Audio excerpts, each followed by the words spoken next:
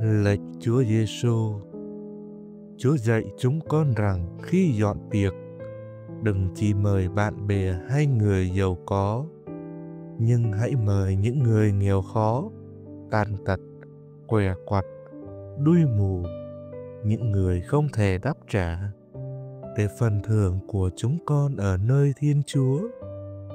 Trong những lúc con được thành công, được người đời ca tụng, xin cho con đừng khiếp lòng trong vinh quang của riêng mình, nhưng biết mở mắt để thấy những anh chị em còn thiếu thốn, cô đơn và bị quên lãng.